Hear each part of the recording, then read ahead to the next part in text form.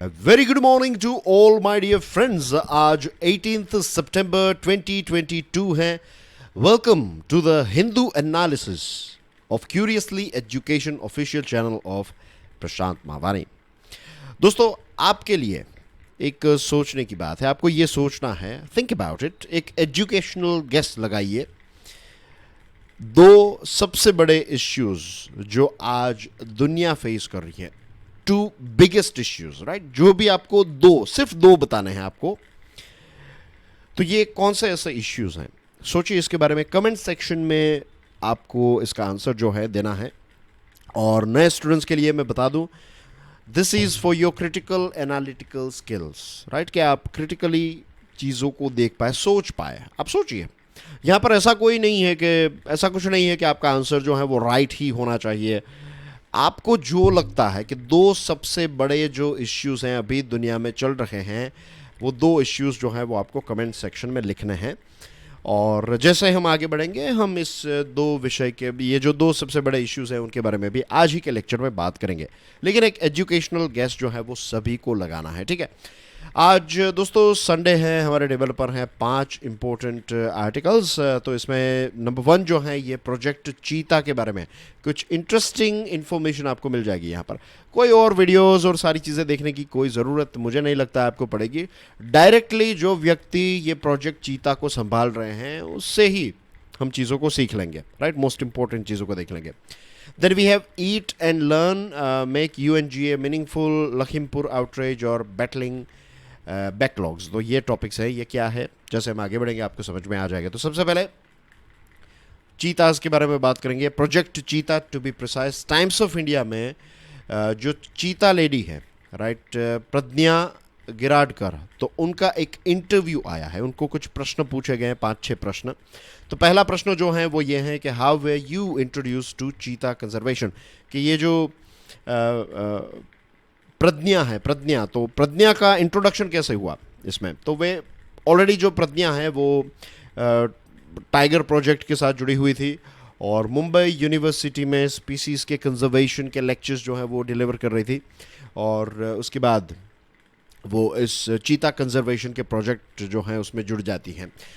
चीता के बारे में अगर आपको पूछा जाए कि वो हमारे देश में कब एक्सटिंक्ट हुए, ये प्रीलिम्स वाली इन्फॉर्मेशन है, राइट. ये सारी चीज़ें जो है ना वो कोई अलग से नहीं मिलती है. लेट मी टेल यू, ये सारे आर्टिकल्स में कुछ ना कुछ ऐसी इंटरेस्टिंग चीज़ें प्रीलिम्स की भी आपको मिल ही जाती हैं और उसमें से ही चीज़ों को आपको याद करना है. तो प्रीलिम्स हो, मेंस हो, राइट, पर्सनालिटी टेस्ट यानी कि इंटरव्यू के लिए सारी चीज़ें जो हैं वो अलग अलग से कोई न्यूज़पेपर में नहीं मिलती हैं. जैसे जैसे आप प्रैक्टिस करते जाएंगे, जितना आप कंसिस्टेंट रहेंगे इस सीरीज़ के साथ, आपको ये सारी बारीकियाँ जो हैं वो समझ में आने लगेगी, राइट. कंसिस्टेंसी और रेगुलरली और पूरा लेक्चर आपको देखना है if you want proper result. और बहुत सारे रेगुलर स्टूडेंट्स हैं, right, they are here, they can tell you, they can vouch for this series कि this is one of the best series.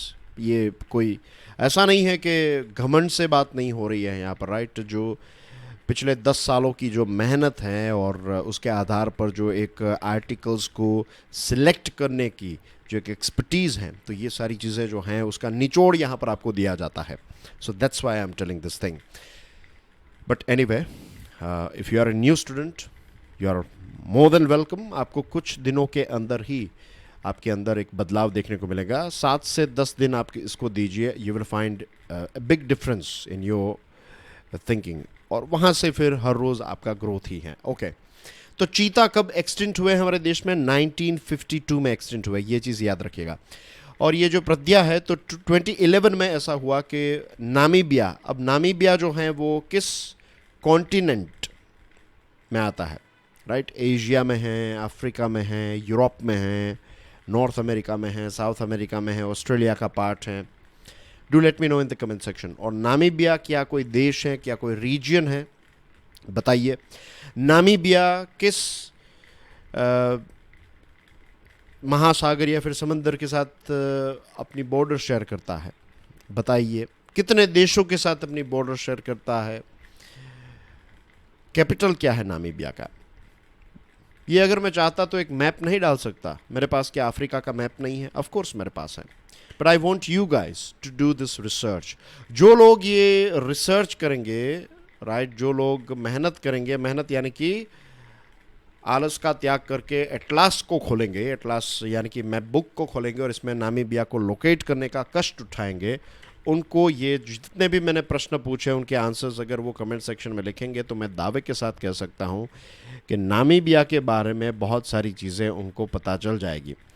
और अगर यही नामीबिया का मैप जो है वो मैं दिखा देता तो वहाँ पर आपके कुछ एफर्ट्स नहीं होते, सिर्फ आप देख रहे होते, सुन रहे होते, और वो भी अगर कॉन्शियसली नहीं, तो नामीबिया के ऊपर अगर आपको प्रश्न भी पूछा जाता और आपको लगता नामीबिया कवर हो चुका है, आपने मैप देख लिया था वीडियो में, उसका कोई फ़ायदा नहीं होगा। लेट मी टेल यू, सबसे बड़ा अगर कोई पॉइजन जो मुझे लगता है, एक जहर जो पिरोसा जाता है बहुत सारे इंस्टीट्यूशंस के द्वारा और बच्चे उसको एक स्वीटनर के तौर पर कंज्यूम भी कर लेते हैं, ये जो पॉइजन है ना, इसका नाम है स्पून फीडिंग। स्पून फीडिंग यानी कि सारा करंट अफेयर, सारी चीज़ें, मैप, ये वो एक्सेट्रा, सारी चीज़ें बच्चों को वीडियो में दिखा देना, उनको कुछ होमवर्क नहीं देना, उनको इतना आलसी बना देना कि वो आपके वीडियो के बिना कहीं पर आगे ना बढ़ सके। ये मैं इसलिए बोल रहा हूँ क्योंकि ये हकीकत है, ऐसा नहीं होना चाहिए। जिन जगहों पर मैप की ज़रूरत है वहाँ पर टीचर्स जो हैं वो मैप दिखाए, लेकिन जिन जगहों पर बच्चों को खुद मेहनत करनी है, बच्चे यानी कि आप सब, व्हेन आई से बच्चे, राइट, यू आर नॉट बच्चे एक्चुअली, राइट, आप सब 18+ हैं, you are all are adults. अब आप वोट दे सकते हैं, सरकार तय कर सकते हैं कि कौन सी सरकार आपके राज्य में या फिर सेंट्रल गवर्नमेंट में रूल करेगी, तो आप क्या एटलास खोल नहीं सकते? आई am not means regular students, आपकी बात नहीं हो रही है, but you know how it's going on, is it? तो करिएगा रिसर्च। चलो फिर और ज़्यादा मैं कहूँगा तो कहेंगे कि सर अब एनालिसिस कम भाषण ज़्यादा देने लगे, ऐसा बिल्कुल नहीं होगा। तो 2011 में इनका इंट्रोडक्शन यहाँ पर हुआ। अब मोस्ट इंटरेस्टिंग बात यह है कि डॉक्टर लोरी मार्कर जो हैं, ये लोरी मार्कर कौन है? ये फाउंडर और एग्जीक्यूटिव डायरेक्टर है चीता कंजर्वेशन फंड की, CCF की, और यही CCF जो हैं वो भारत में चीताज को ला रहा है। तो ये एक इंटरनेशनल चीता कंजर्वेशनिस्ट हैं, राइट, डॉक्टर लोरी मार्कर और प्रज्ञा जो हैं, तो उन्होंने इनसे ही ट्रेनिंग ली है। दूसरा प्रश्न है, tell us about your training in Namibia. दो यहाँ पर आपको प्रीलिम्स के पॉइंट्स याद रखने हैं। ये हिरेरो और हिम्बा, ये अफ्रीका की, नामीबिया की दो ट्राइबल प्रजाति जो हैं, वहाँ के लोग हैं ट्राइबल्स, तो उनकी प्रजाति का नाम है हिरेरो और हिम्बा। ये चीज़ आपको याद रखनी है, राइट। और ये लोग कहाँ पर रहते हैं? एक फॉरेस्ट है, राइट, जहाँ से 52 चीतास जो हैं उनके साथ काम किया गया। इस फॉरेस्ट का नाम है ओजीवोरोंगो फॉरेस्ट जो है, वहाँ से ये चीतास जो हैं उनको यहाँ पर लाया जा रहा है। तो यहाँ पर प्रज्ञा जो है वो कह रही है कि उन्होंने DNA sampling, scat analysis, caring for cheetahs, vaccination, temperature monitoring, transect surveys etcetera, community based conservation, ये सारी चीज़ों की ट्रेनिंग जो है उन्होंने वहाँ से ली। विल चीता सर्वाइव इन इंडियाज़ हैबिटेट? क्या चीता यहाँ पर सर्वाइव करेंगे? तो उनका कहना ये है कि हाँ करेंगे। कूनो जो मध्य प्रदेश में है वो वही जगह है जहाँ पर 1952 से पहले चीता हमें मिलते थे, और ये जो एरिया है ये ग्रासलैंड वाला एरिया है, और ग्रासलैंड यानी कि जो घास वाले मैदान होते हैं ना, वो एरिया है यहाँ पर। अब टाइगर्स जो हैं उनका इलाका अलग होता है, लेपर्ड्स जो हैं उनका इलाका अलग होता है। खुले मैदानों में आपको लेपर्ड्स देखने को नहीं मिलते हैं, टाइगर्स देखने को नहीं मिलते हैं।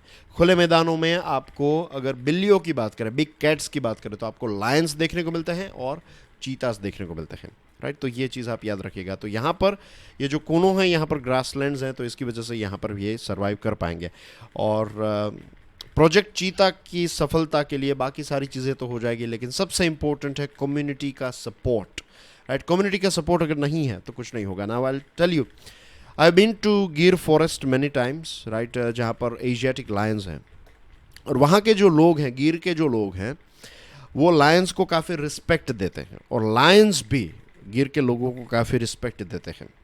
तो ये जो एक कोर्डियल रिलेशनशिप है लोगों के और लायंस के बीच में, इसकी वजह से लायंस जो हैं तो उनका यहाँ पर कंजर्वेशन हो पाया, और वहाँ पर उनकी जो क्वांटिटी है इन टर्म्स ऑफ लायंस के जो नंबर्स हैं यहाँ पर ग्रो हुए हैं गुजरात में। द रीज़न इज़ कि ये कम्युनिटी का सपोर्ट मिला। तो चीता के लिए भी कम्युनिटी का सपोर्ट जो है वो जीतना one of the most important चीज़ है। Is it sensible to reintroduce cheetahs when we have so many tigers and leopards? Right? Again, अगर आपको ऐसा प्रश्न पूछा जाए कि चीता को इंट्रोड्यूस करना थोड़ा ठीक नहीं होगा, क्योंकि नो बिग कैट्स की बात करें, आई एम श्योर यू नो कि टाइगर्स जो हैं वो सबसे ताकतवर और सबसे बड़े होते हैं। उसके बाद आते हैं लायंस। लायन जो मेल लायन है उसकी साइज़ मेल टाइगर से छोटी होती है। Tigers are the biggest. उसके बाद लायंस, उसके बाद आप ताकत के हिसाब से देखें, भारत की बात करें, there we I believe it is leopard, right, for sure leopard, फिर स्नो लेपर्ड और ये सारे आएंगे। लेकिन चीता जो हैं, चीता टाइगर के सामने तो डेफिनेटली टिक ही नहीं पाएगा, 1 सेकंड में मार देगा। And same thing with leopards is well. Leopards जो हैं वो भी हावी हो जाते हैं चीतास पर। और ये सारे के सारे जो हैं वो प्रेडिटर्स हैं, इनके बीच में कंपटीशन है। और टाइगर्स के एरिया में अगर चीता या फिर लेपर्ड दिख गया तो टाइगर छोड़ेगा नहीं। वो अलग बात है कि हाथ में आना थोड़ा डिफ़िकल्ट है, लेकिन ये चीज़ होती रहती है, right. Same thing goes with lions as well. अगर लायन के एरिया में अगर चीता तो नहीं आएगा, क्योंकि we have lions only in Gujarat, Gir के एरिया में। लेकिन अगर लेपर्ड जो है वो लायन के हाथ आ गया तो फिर वो छोड़ेगा नहीं। तो ऐसे ये एक दूसरे के दुश्मन भी होते हैं। वैसे बिग कैट्स की कैटेगरी में आते हैं, लेकिन प्रेडेटर्स हैं तो सारे के सारे जो हैं वो कंपटीशन में एक दूसरे के साथ। बट इसका जो मेन डिफरेंस है वो ये है कि टाइगर्स और लेपर्ड्स का जो जंगल होता है वो ड्राई डेसीडियस फॉरेस्ट होता है, थोड़ा घना जंगल होता है। और चीता जो है वो ग्रासलैंड में पाया जाता है। अफ्रीकन और इंडियन चीतास जो हैं उनके बारे में भी ऐसा प्रीलिम्स में प्रश्न पूछा जा सकता है कि उनके जेनेटिक्स में क्या बहुत बड़ा, क्या वो जेनेटिक सेम है? The answer is no. Genetic में लिटिल जेनेटिक डिफरेंस, छोटा डिफरेंस भी डिफरेंस ही होता है। तो African and Indian cheetahs have little genetic difference as per well known genetic expert doctor Stephen O'Brien. Stephen O'Brien ये कहते हैं कि दोनों के बीच में छोटा जेनेटिक डिफरेंस है। ये मैं बार बार इसलिए बोल रहा हूँ क्योंकि प्रीलिम्स में ऐसे ही प्रश्न जो हैं, ये एक बड़ा इवेंट है ना, चीता वाला इवेंट, तो इसके अलग अलग एंगल से अगर प्रश्न पूछेंगे तो आपको ये सारी चीज़ें जो हैं वो पता होनी चाहिए। Exactly how are they being reintroduced at Kuno? तो चीतास को कैसे इंट्रोड्यूस किया जाएगा, ये बहुत इंटरेस्टिंग है। पहले क्या किया जाएगा कि उनको एक लार्ज फेंस्ड एरिया में रखा जाएगा और इसमें सैटेलाइट कॉलर्स और सारी चीज़ें होगी, उनके मूवमेंट को ध्यान में रखा जाएगा। For example it will be something like this, let's say कि एक इतने बड़े एरिया में रखा जाएगा चीतास को, राइट। फिर उसके बाद ये एरिया से यूज टू हो गए तो फिर उनसे बड़ा एरिया जो है उसमें उनको छोड़ा जाएगा और उसके बाद जो है वो वाइल्ड लाइफ में उनको इंट्रोड्यूस किया जाएगा। तो ऐसे इंक्रीमेंटली धीरे धीरे जैसे जैसे वो यूज टू होते जाए फाइनली उनको वाइल्ड में छोड़ा जाएगा। हाउ विल री introduction of the species help? ये पूरी इकोसिस्टम के लिए बेनिफिशियल होगा। It will benefit all species और जो हिस्टोरिक एवोल्यूशनरी बैलेंस है उसको रिस्टोर करने में चीता जो है वो मदद करेंगे। और इसी के साथ साथ जो इंडिजीनियस फॉरेस्ट कम्युनिटीज़ हैं, टूरिज़्म बढ़ेगा तो इंडिजीनियस फॉरेस्ट कम्युनिटीज़ का लाइवलीहुड और ये सारी चीज़ें जो है वो भी बढ़ेगी। इंटरेस्टिंग चीज़ ये है कि जो 6 बिग कैट की स्पीसीज़ हैं, तो भारत अकेला ऐसा देश है, India is the only country where all the 6 big cat species are found. Africa में टाइगर्स नहीं मिलते हैं जंगल में, राइट, लेकिन भारत में मिलते हैं। अफ्रीका में लायंस हैं, भारत में भी लायंस हैं। स्नो लेपर्ड्स हमारे यहाँ पर हैं, लेपर्ड्स यहाँ पर हैं, चीता अब यहाँ पर आ चुके हैं, राइट। तो सारी की सारी बिग कैट की जो स्पीसीज़ हैं वो यहाँ पर हमें देखने को मिलती हैं। Will changes in the cheetah's prey impact its health and adaptation? No, क्योंकि चीतास जो है वो डियर और एंटीलोप्स का शिकार करते हैं और यहाँ पर भी डियर और एंटीलोप्स जो हैं थोड़े अलग स्पीसीज़ के यहाँ पर मिल जाएंगे, तो इतना कोई डिफरेंस जो है वो नहीं होगा। इनफैक्ट जो कंजर्वेशनिस्ट्स हैं वो कहते हैं कि यहाँ पर चीता जो है वो काफ़ी अच्छी तरीके से फलेंगे फूलेंगे। तो let's welcome चीतास back, right, again, कि आइए वापस और भारत की शान जो है बढ़ाइए, कुनों की शान बढ़ाइए। एंड आई एम श्योर आने वाले समय में दूसरे रीजन में भी चीता जो हैं वो स्प्रेड हो जाएंगे। तो ये एक ऐतिहासिक दिन हम विटनेस कर रहे हैं कि 70 ईयर्स के बाद भारत में चीतास जो हैं उनको फिर से री इंट्रोड्यूस किया गया है आज। Eat and learn. दोस्तों, तमिलनाडु की सरकार ने स्कूल चिल्ड्रन के लिए, जो स्कूल जाने वाले बच्चे हैं उनके लिए फ्री ब्रेकफास्ट स्कीम को इंट्रोड्यूस किया है। आपके लिए एक प्रश्न है, मैं चाहता हूं कि आप इसके बारे में खुद सोचिए।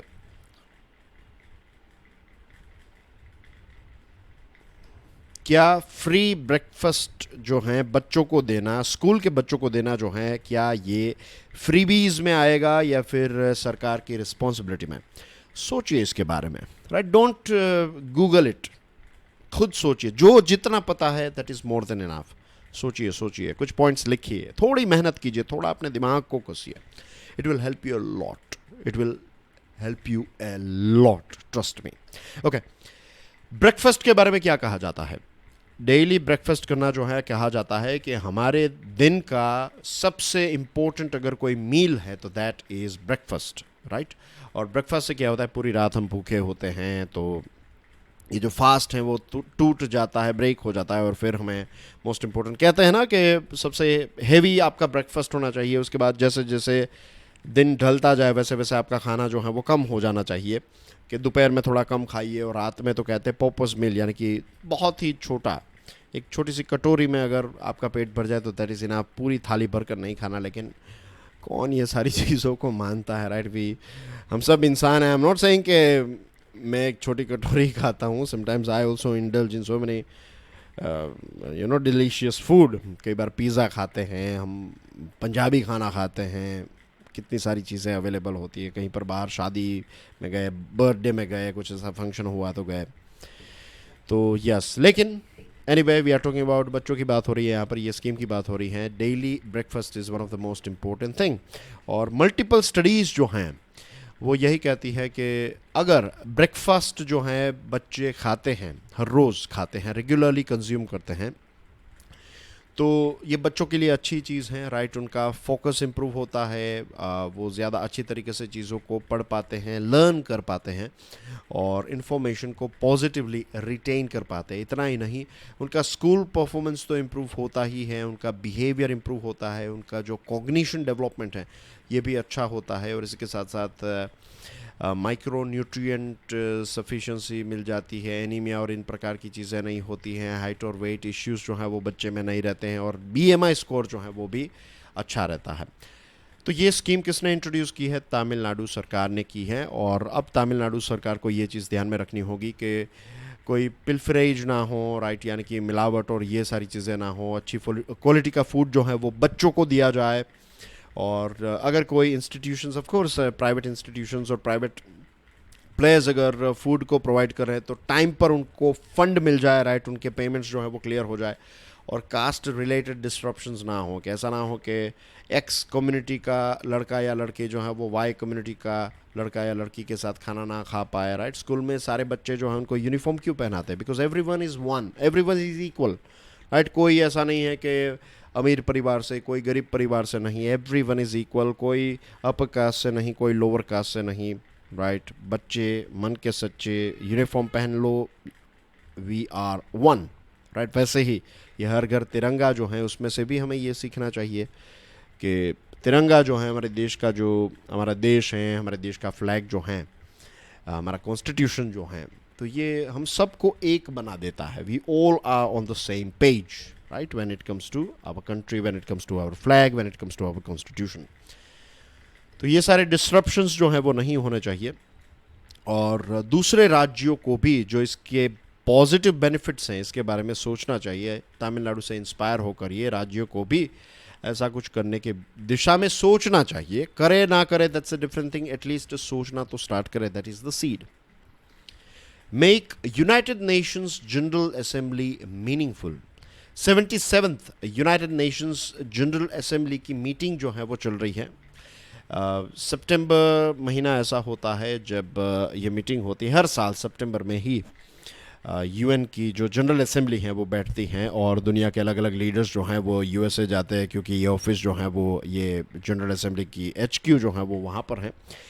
तो 13th सितंबर से लेकर 27th सितंबर जो हैं, तो इतने लगभग एक हफ्ते, एक फोर्टनाइट तक, 2 हफ्तों तक ये 77th UNGA जो है वो चलेगा।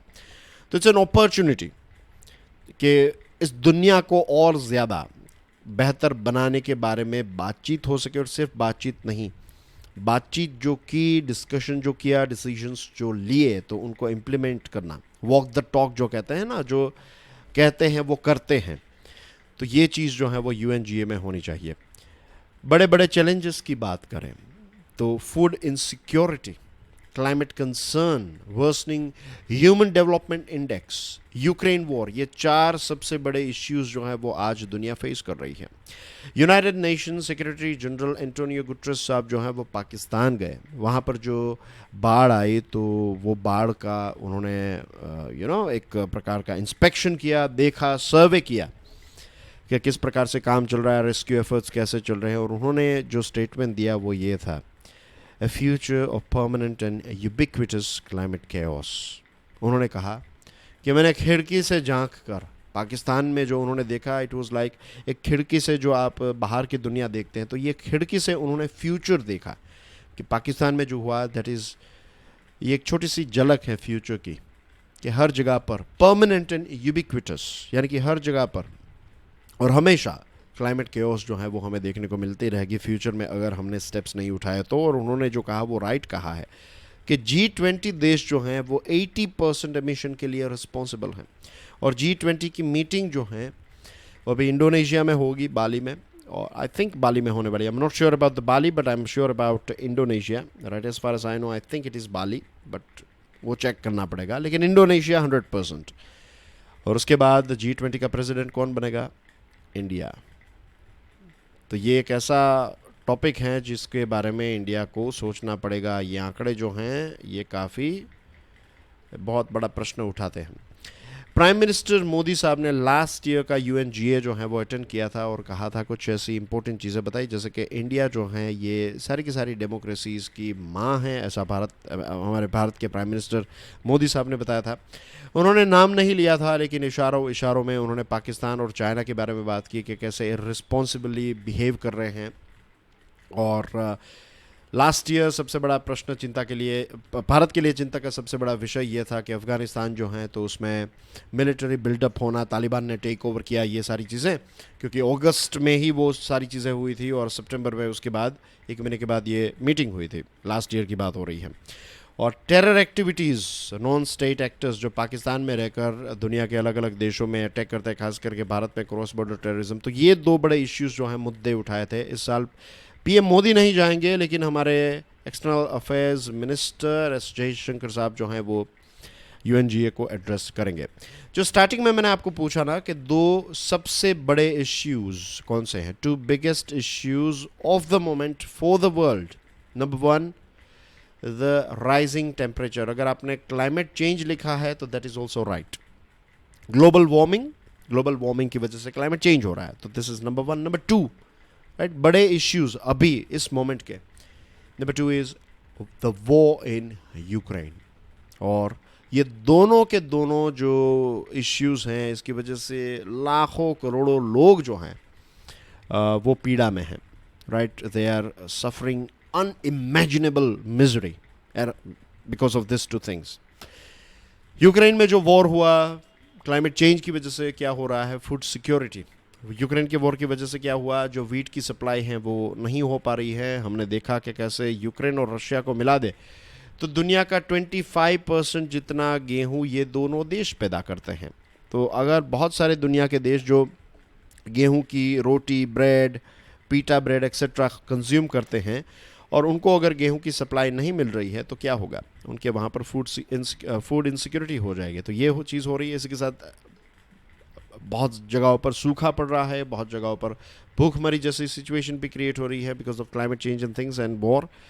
तो ये 2 बड़े इश्यूज़ हैं और इसकी वजह से फिर दूसरी चीज़ें ट्रिगर होती हैं, लूटपाट होती हैं, अराजकता फैलती हैं, फिर बच्चे जो हैं तो उनके न्यूट्रिशन और ये सारी चीज़ें जो हैं वो डिस्टर्ब हो जाती हैं, पढ़ाई लिखाई में ध्यान नहीं रहता है, ह्यूमन कैपिटल जो हैं वो अफेक्ट होता है, सरकार को पैसे बोरो करके गरीब देशों की, तो ये सिचुएशन हो जाएगी कि उनको पैसे बोरो करके किसी दूसरे देश से पैसे जो हैं वो लेकर फिर अपने देश के लोगों का पेट भरना पड़ता है। फिर वो जो दूसरा देश जो लोन देगा या फिर क्रेडिट देगा तो ऐसे ही नहीं देगा, बदले में कुछ ना कुछ बेचने की कोशिश करेगा, तो आप इसकी चपेट में आ जाते हैं। हुआ कुछ कहीं और जगह पर है, किसी और के मसले चल रहे हैं, लेकिन इफेक्ट जो है वो आपके देश के ऊपर हो रही है।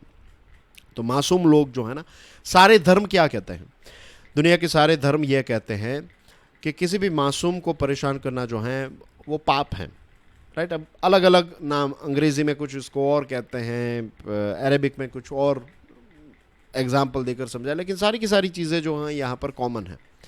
तो यहाँ पर यही हो रहा है ना कि G20 के देश और यहाँ की फैक्ट्रीज़ और ये सारी चीज़ें जो हैं वो पोल्यूशन कर रही हैं, नदियों को बिगाड़ रही हैं। हम भी न जाने जानते जाने अनजाने में हम भी कितने सारे ऐसे चीज़ों को, प्लास्टिक का इस्तेमाल कर रहे हैं, single use plastic and so many things, right. और इसकी वजह से जो पोल्यूशन हो रहा है, तो वे सारे कल्चर्स, वे सारे देश जिनका कोई इसमें रोल नहीं है, और वे आइलैंड्स डूबने लगे हैं, ये सारी चीज़ें वहाँ पर होने लगी है। तो इमेजिन के कितना बड़ा पाप जो है वो हम कर रहे हैं, राइट। इट इज़ अनफॉर्चुनेट दो that UNGA being one of the biggest world bodies, सबसे बड़ी वर्ल्ड की अगर कोई बॉडी है, सबसे मैक्सिमम मेंबर्स अगर किसी में है तो दैट इज़ UNGA। और UNGA की कुछ चलती ही नहीं है। सारे के सारे पावर्स जो है ये 5 देशों के पास है, जिनके पास वीटो पावर है।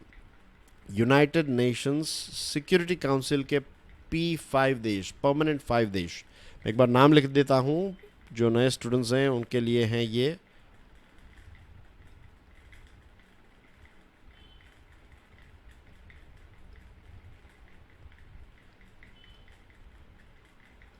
रशिया, ये 5 ऐसे देश हैं जिनके पास वीटो पावर हैं, राइट। इनका ही सब कुछ चलता है, मीन्स यही 5 देश जो हैं वो दुनिया को चलाते हैं, आप समझ लीजिए। ये UNGA का कोई इतना जोर ही नहीं है। तो व्हाट वी नीड कि ये वर्ल्ड बॉडी को रिफॉर्म की जाए। ये आज से 80 ईयर्स पुरानी, 77 या फिर 78 ईयर्स पुरानी ये UNGA है, यूनाइटेड नेशन बॉडी जो है, तो उसको अपडेट करने की ज़रूरत है। इतनी पुरानी तो कोई चीज़ हमारे घर में भी नहीं होगी, राइट। कोई फर्नीचर भी ऐसा नहीं होगा जो हम यूज़ कर रहे होंगे। तो ये तो वर्ल्ड बॉडी है, इसको तो आज के ज़माने और फ्यूचर को ध्यान में रखते हुए डिसीजंस लेने चाहिए। तो हटाइए ये वीटो पावर वाले देशों को, यही सबसे ज़्यादा इश्यूज़ क्रिएट कर रहे हैं दुनिया में। लखीमपुर आउटरीच, अनफॉर्चुनेटली दुख होता है ऐसी खबरें लोगों के साथ शेयर करने में, दुख होता है ऐसी चीज़ों को पढ़ने में, राइट।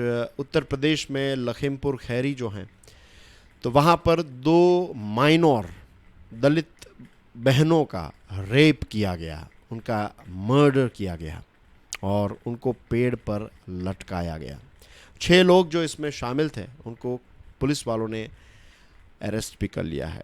तो ये एक अच्छी बात है कि पुलिस वालों ने उनको अरेस्ट कर लिया है, राइट। और अच्छी बात ये भी है कि जनरली क्या होता है कि कंट्रोवर्सी हो जाती हैं, पुलिस कुछ कह देती हैं, कुछ कर लेती हैं, और उसके बाद चीज़ें जो हैं वो पूरी टोटली जो है वो रॉन्ग डायरेक्शन में चली जाती है। लेकिन यहाँ पर पुलिस वालों ने काफ़ी अच्छी तरीके से ये जो लोग हैं जिन पर ये इल्ज़ाम है, तो उनको पकड़ भी लिया है, अरेस्ट भी कर लिया है।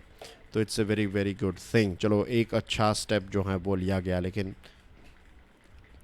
कब ये सारी चीज़ें, इस प्रकार के रेप्स और सारी चीज़ें, rape itself, right, is a bad thing. और अब सोचिए बच्चियों का, राइट, माइनॉर, राइट, 18 से कम उम्र की छोटी बच्ची हैं अभी, उनका रेप और murder, this is a matter of shame. और ये किसी एक गांव की या फिर एक उत्तर प्रदेश के लिए शेम नहीं है, it is a shame for first of all humanity and it is a shame for our country. हमारे देश के लिए ये शर्म की बात है। दूसरी बार जब कोई भी ऐसी गलत बात करे, किसी लड़की को छेड़ने की बात करे, उसके बारे में कुछ गलत बोले, ये सारी चीज़ें जो है ना, ये सारी चीज़ें डायरेक्टली इनडायरेक्टली जो हैं वो इन सारी चीज़ों को एक हवा देती है, कि एनर्जी देती है, और फिर कुछ लोग जो हैं वो इस प्रकार के क्राइम भी कर डालते हैं। अब ये एलिज्ड कल्प्रिट्स जो हैं, अब ये इन्होंने किया है नहीं किया है वो तो कोर्ट तय करेगी, राइट, सारे एविडेंस और ये सारी चीज़ें। और ये इतना बड़ा केस हो चुका है, आई एम श्योर जो निर्भया वाला केस था उसी प्रकार की टॉप क्वालिटी की इन्वेस्टिगेशन जो है यहाँ पर कंडक्ट की जाएगी। तो ये कोर्ट तय करेगी, लेकिन ये अभी जो एलिज्ड कल्प्रिट्स हैं तो वो कस्टडी में हैं। तो पॉलिटिकल पार्टीज़ के पास अभी कोई ऐसा बहाना नहीं रहा, वरना क्या होता है, तू में स्टार्ट हो जाती है। तो ऑपोजिशन जो है वो रूलिंग पार्टी पर, रूलिंग पार्टी ऑपोजिशन पर, ऐसा होने भी लगा, राइट। बीजेपी ने कुछ कहा, राहुल गांधी ने कुछ कहा, दूसरे कुछ और कह रहे हैं। अनफॉर्चुनेटली हमारे देश में जब भी ऐसी कोई चीज़ होती है, पॉलिटिशियंस जो हैं वो इनको अपॉर्चुनिटी के तौर पर देखते हैं, ब्राउनी पॉइंट्स कलेक्ट करने की कोशिश की जाती हैं। मुझे ऐसा लगता है कि मीन्स ये ऐसा समय है तू मैं करने से अच्छा है कि पुलिस जो हैं उनको सपोर्ट करें। जस्ट इमेजिन कि पॉलिटिकल पार्टीज आकर ये कहें कि हम पुलिस पर कोई प्रेशर नहीं डालना चाहते हैं, हम यही एक्सपेक्ट करें कि पुलिस जो हैं वो अपना बेस्ट काम करे, we are praying for police, क्योंकि सबसे बेस्ट होप जो है वो वही है। क्रिमिनल जस्टिस सिस्टम का सबसे इंपॉर्टेंट रोल कोई प्ले करेगा तो दैट इज़ पुलिस। अगर वो सारे एविडेंस और सारी चीज़ें अच्छी तरीके से कलेक्ट करेगी तो कोर्ट में वो सारी चीज़ें प्रूव करना जो है वो ज़्यादा मीन्स पॉसिबल हो जाएगा। चांसेस जो हैं केस जीतने के काफ़ी ज़्यादा बढ़ जाएंगे और न्याय जो है तब जाकर डिलीवर होगा। तो पॉलिटिकल पार्टीज़ जो हैं उनको पुलिस को ऐसे समय में सपोर्ट करने की ज़रूरत है। और दूसरी जो चीज़ है वो ये है कि जब तू मैं और इस प्रकार के इल्ज़ाम लगते हैं तब रियल इश्यूज़ पर से ध्यान जो है वो हट जाता है, जैसे कि लॉ एंड ऑर्डर की सिचुएशन क्या है, महिलाओं की सेफ्टी को लेकर क्या क्या स्टेप्स उठाए गए हैं, एक्सेट्रा, ये सारी चीज़ें। और पब्लिक स्पेसेस को और ज़्यादा सेफ बनाने की ज़रूरत है। इसी के साथ इसमें एक बहुत इंपॉर्टेंट रोल जो है वो पॉलिटिशियंस प्ले कर सकते हैं, नॉट जस्ट रूलिंग पार्टी के लेकिन ओपोजिशन के पॉलिटिशियंस को साथ में रखकर एक इम्प्रूवमेंट जो है वो इसमें किया जा सकता है। और पुलिस सिस्टम को इम्प्रूव करने की भी ज़रूरत है, पुलिस को पॉलिटिशियंस के चंगुल में से मुक्त करने की ज़रूरत है। बेस्ट पुलिस ऑफिसर्स जो हैं उनको सिलेक्ट किया जाए, राइट, और टाइम टू टाइम एग्जामिनेशन हो, ये सारी जो भी फैसिलिटीज़ पुलिस को मिलनी चाहिए, जो 7 पुलिस रिफॉर्म्स किए गए हैं, तो ये सारे अगर इम्प्लीमेंट किए गए तो पुलिसिंग जो है वो भी थोड़ा अच्छा हो जाएगा। इसी के साथ कोर्ट्स का जो बैकलॉग है, ये सारी चीज़ें जो हैं वो भी हमें इसके ऊपर भी काम करना पड़ेगा। और फ्रीबीज से भी ज़्यादा अगर किसी चीज़ की ज़रूरत हमारे देश के सिटीजन को है तो दैट इज़ सिक्योर एनवायरनमेंट। अब क्रिमिनल जस्टिस सिस्टम की ही बात करें तो बैटलिंग बैकलॉग्स, राइट, कोर्ट्स की भी बात कर ही लेते हैं। नए सुप्रीम कोर्ट के जो चीफ जस्टिस ऑफ इंडिया हैं, राइट, हमारे देश के CJI जो हैं, सुप्रीम कोर्ट के सबसे सीनियर जज, तो वो हैं UU ललित साहब। तो उन्होंने सुप्रीम कोर्ट में जो केस लिस्टिंग सिस्टम है, एक नई सिस्टम को डिवाइस किया है और इसकी वजह से जो पेंडेंसी है उसमें एक रिडक्शन हमें देखने को मिला। 13 दिनों के अंदर 5200 केसेस जो हैं वो सुप्रीम कोर्ट ने डिस्पोज किए। नए केसेस कितने एडमिट हुए? 1135। 1 सितंबर तक देखा जाए तो 70,310 मैटर्स जो हैं वो पेंडिंग हैं। अभी भी जो केसेस जो नए आते हैं और जो डिस्पोज होते हैं उसके बीच में जो गैप है वो बहुत बड़ा है। तो अभी अभी नेगेटिव में ही चल रहा है ये आंकड़ा, राइट। ज़्यादा केसेस ऐड होते हैं, कम केसेस डिस्पोज होते हैं, लेकिन अब इसको चेंज करने की ज़रूरत है। और जो 4 वैकेंसीज खाली हैं तो ये नवंबर तक फिलअप करने की ज़रूरत है। अगर नहीं किया गया तो 7 वैकेंसीज हो जाएगी। तो अगर ज़्यादा जजेस हैं, फुल कैपेसिटी में अगर सुप्रीम कोर्ट काम करेगा तो जजेस के ऊपर प्रेशर भी कम होगा। और हाई कोर्ट्स में कुछ 59 लाख जितने केसेस जो हैं वो पेंडिंग हैं। 2019 एक ऐसा साल रहा जब हाई कोर्ट्स ने ज़्यादा केसेस को डिस्पोजल हुआ कंपेयर टू फ्रेश केसेस जो इंट्रोड्यूस हुए, लेकिन फिर कोविड आ गया और उसकी वजह से ये पूरा डिस्टर्ब हो गया क्योंकि कोर्ट्स जो हैं वो बंद थे। अब सुप्रीम कोर्ट की तरह जो है 70% पेंडेंसी जो हैं ये एडमिशन स्टेज पर ही हाई कोर्ट्स में होती हैं। तो जो सुप्रीम कोर्ट ने रिफॉर्म्स किए नई सिस्टम, तो यही हाई कोर्ट्स भी कर सकती हैं।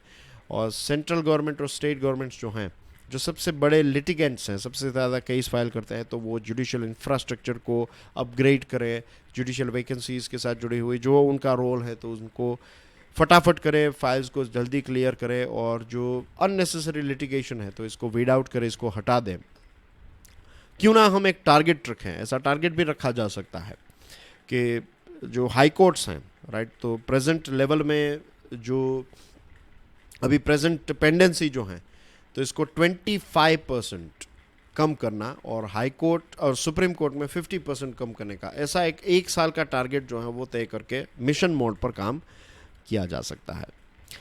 And that's everything in Sunday's discussion dear friends. आपके लिए ये प्रश्न है, पीडीएफ को डाउनलोड करने के बाद अच्छी तरीके से इसको देख लीजिएगा। आंसर आपको कमेंट सेक्शन में शेयर करना है और इस लेक्चर को भी दूसरे स्टूडेंट्स के साथ शेयर ज़रूर करें। वीडियो पसंद आया हो तो हिट द लाइक बटन, और हमारी channel that is curiously education, in fact हमारी नहीं, हम सब की, आपकी, मेरी, हम सब की चैनल क्यूरियसली एजुकेशन को सब्सक्राइब करना ना भूलें। I'll see you tomorrow. Till then, enjoy your studies, enjoy your Sunday. God bless you all. Jai Hind.